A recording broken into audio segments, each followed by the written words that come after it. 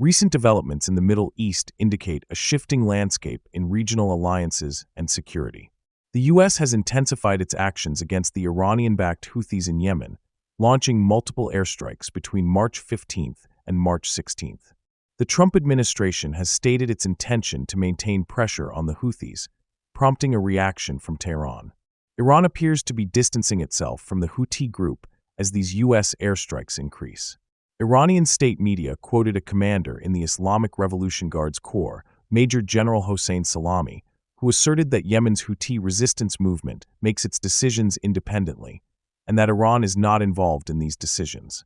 Salami also stated that the Yemenis are an independent nation with their own policies. These comments from Iran coincide with statements from President Donald Trump ahead of the U.S. airstrikes, warning Iran. Iran has acknowledged receiving this warning and seemingly desires to avoid a direct confrontation with the U.S. at this time. An Iranian officer was quoted as saying that Iran would publicly claim responsibility for any military operation or support it provides. This potential distancing from the Houthis by Iran would represent a setback for Tehran and highlight the vulnerabilities within the proxy alliance constructed by the former head of the IRGC Quds force, Qasem Soleimani, who was killed by the U.S. in January 2020. Some analysts believe that President Donald Trump may be dismantling another key element of Soleimani's network. The situation also follows an incident where a missile landed in Egypt's Sinai, which is seen by some as a possible escalation by the Houthis. Meanwhile, Iran's top diplomat, Foreign Minister Abbas Araqi, rejected the idea that the U.S. would dictate Iranian foreign policy, responding to Trump's comments regarding the Houthis. Araqi stated that the U.S. government has no authority to dictate Iran's foreign policy.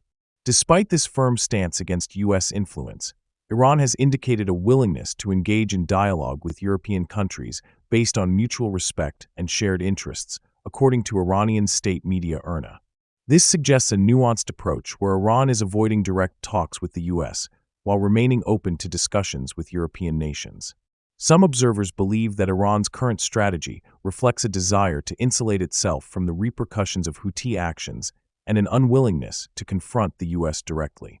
The strength of Iran's proxy network, which appeared significant after the Hamas attack, may now be its weakness due to its widespread nature, making it difficult for Iran to protect its proxies from external pressures.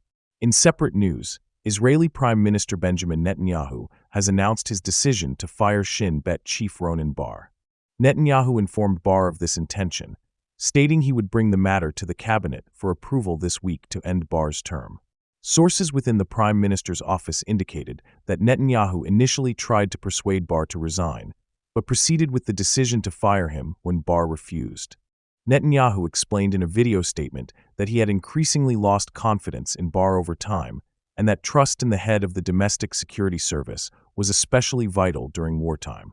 However, this decision is expected to face legal challenges due to a potential conflict of interest.